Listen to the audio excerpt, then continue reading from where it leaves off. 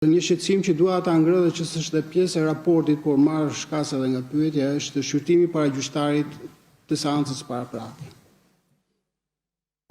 Shqyrtimi i kërkesës së prokurorit para gjyqtarit të seancës paraprake nga përvoja e institucionit merr shumë kohë. Kodi i procedurës penale ka parashikuar qartë që gjyqtari i seancës së paraprake brenda afatit një mujor duhet të konkludoj me një vendimmarrje.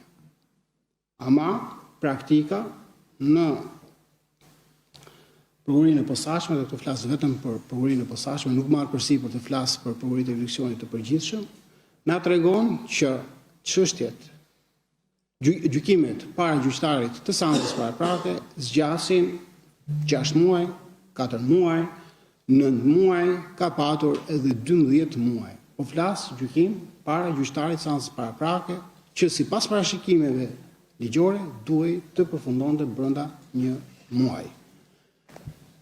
Nuk dhe diçka, sepse kjo zgjatje e shqyrtimit të kërkesës së prokurorit para gjyqtarit seancës paraprake sjell edhe problematika se takon afateve të paraburgimit, duke vënë në rrezik përfundimin e afateve paraburgimit gjatë shqyrtimit para gjyqtarit të seancës paraprake.